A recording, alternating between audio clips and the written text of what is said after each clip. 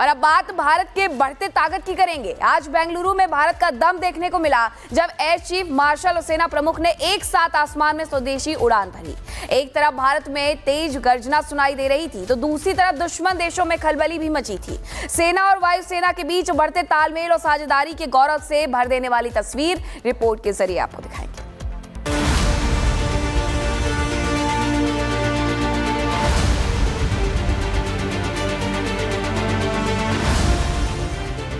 सेनापतियों की तेजस उड़ान। तेजस की गर्जना थर्राया पाकिस्तान। भारत का दम कांपे दुश्मन। ये तस्वीर है नए भारत की। ये तस्वीर है भारत की ताकत की। ये उड़ान है आत्मनिर्भर भारत की। कर्नाटक के बेंगलुरु में एयरफोर्स स्टेशन एलहंका में सबसे बड़े शो एरो इंडिया 2025 का आयोजन हो रहा है, जिसकी औपचारिक शुरुआत सोमवार से हो जाएगी। लेकिन उससे पहले बेंगलुरु में भारतीय वायुसेना का शक्ति प्रदर्शन देखने को मिला। Air chief marshal AP Singh और सेना प्रमुख जनरल उपेंद्र द्विवेदी ने तेजस में जब उड़ान भरी तो पूरी दुनिया को सेनाओं में बढ़ते तालमेल और बढ़ती ताकत का संदेश दिया। इस उड़ान ने सेना और वायुसेना के बीच बढ़ती साझेदारी को दिखाया, जो आधुनिक युद्ध के लिए महत्वपूर्ण है। गौरव से भर देने वाली अभूतपूर्व उड़ान भारतीय सेना और भारतीय वायुसेना के बीच बढ़ते तालमेल को दिखाता है, बल्कि डिफेंस सेक्टर में बढ़ती प्रगति का एक शक्तिशाली प्रदर्शन है, खास तौर पर आत्मनिर्भरता के क्षेत्र में। थल सेना प्रमुख और वायुसेना प्रमुख बैचमेट रह चुके हैं, इसलिए तेजस में दोनों ने एक साथ उड़ान भरी तो उनके लिए ये बेहद खास पल था। तेजस जो पूरी तरह से भारत में बना है, इस स्वदेशी विमान की सफलता पूर्वक उड़ान भरना ये संकेत दे रहा है कि भारत ने स्वदेशी रक्षा विमान के क्षेत्र में महत्वपूर्ण कदम उठाए हैं। एक तरफ आसमान में तेजस की गर्जना थी तो दूसरी ओर इस साझेदारी से दुश्मन देशों में खलबली मची थी। मेड इन इंडिया के दम से दुश्मन देश यकीनन कांप उठे होंगे। Bureau report, Republic Bharat. कि प्रयागराज महाकुंभ में फंसे करोड़ों श्रद्धालुओं के लिए तुरंत आपातकालीन व्यवस्थाएं लागू की जाए। इस तरह से जाम में भूखे प्यासे बेहाल और थके तीर्थयात्रियों को मानवीय दृष्टि से देखा जाए। आम श्रद्धालु क्या इंसान नहीं है? सियासत चमकाने के लिए विपक्ष के नेता महाकुंभ की तैयारियों पर सवाल खड़े कर रहे हैं। वहीं महाकुंभ में रोज रोज नए रिकॉर्ड स्थापित हो रहे हैं। महाकुंभ में आस्था की डुबकी लगाने वाले श्रद्धालुओं का आंकड़ा 42 करोड़ के पार पहुंच गया है। बहरहाल तीनों अमृत स्नान, मकर संक्रांति, मौनी अमावस्या और वसंत पंचमी के बाद भी श्रद्धालुओं का उत्साह कम नहीं हुआ है। देश और दुनिया के अलग अलग हिस्सों से पवित्र त्रिवेणी में श्रद्धा और आस्था के साथ डुबकी लगाकर पुण्य प्राप्त करने के लिए श्रद्धालु प्रतिदिन लाखों की संख्या में प्रयागराज पहुंच रहे हैं। Bureau report, Republic Bharat.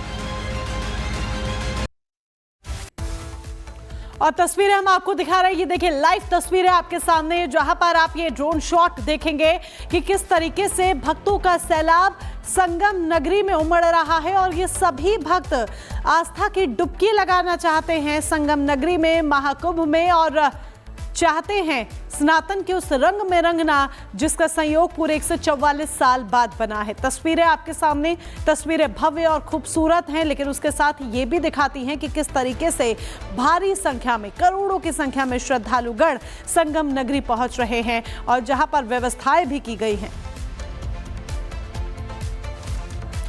बहरहाल आगे बढ़ते हैं और बात तालिबान के उस राज की करते हैं जिसके बाद अब दाढ़ी पर भी घमासान बच गया है।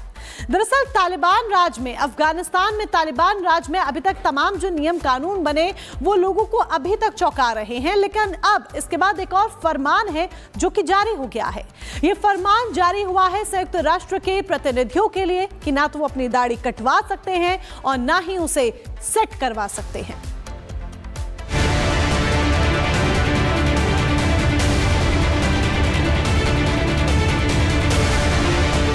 अगर आपके कदम चहलकदमी करते हुए हजाम की दुकान की तरफ बढ़ रहे हैं या आज के दिन आपने क्लीन शेव करने का प्लान बना रखा है तो रुक जाइए।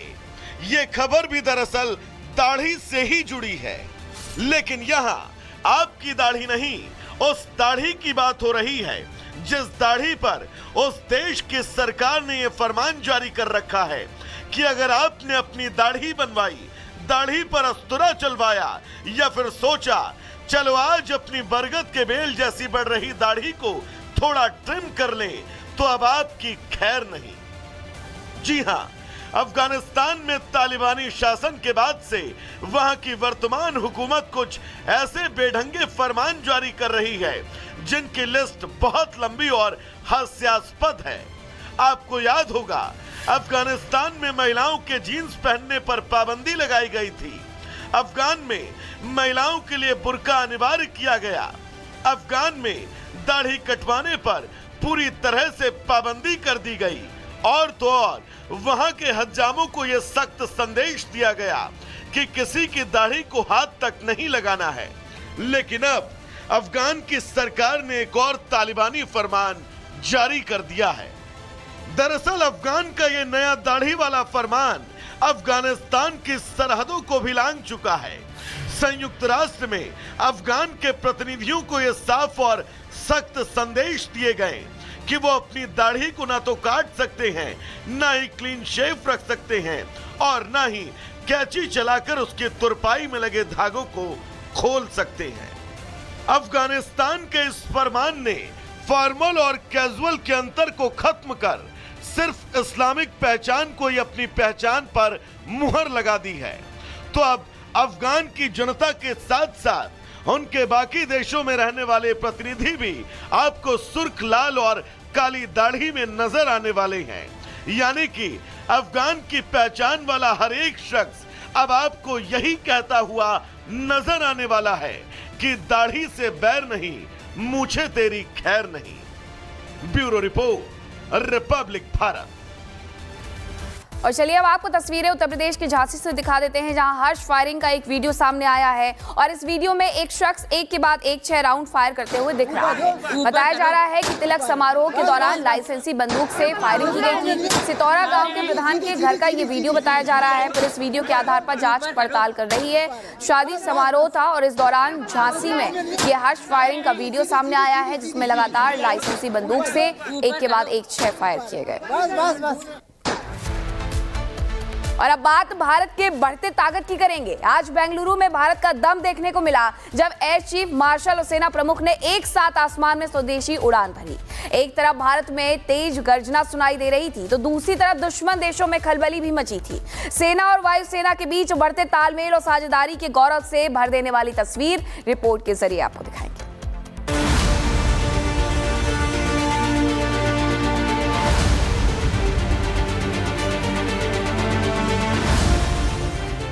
सेनापतियों की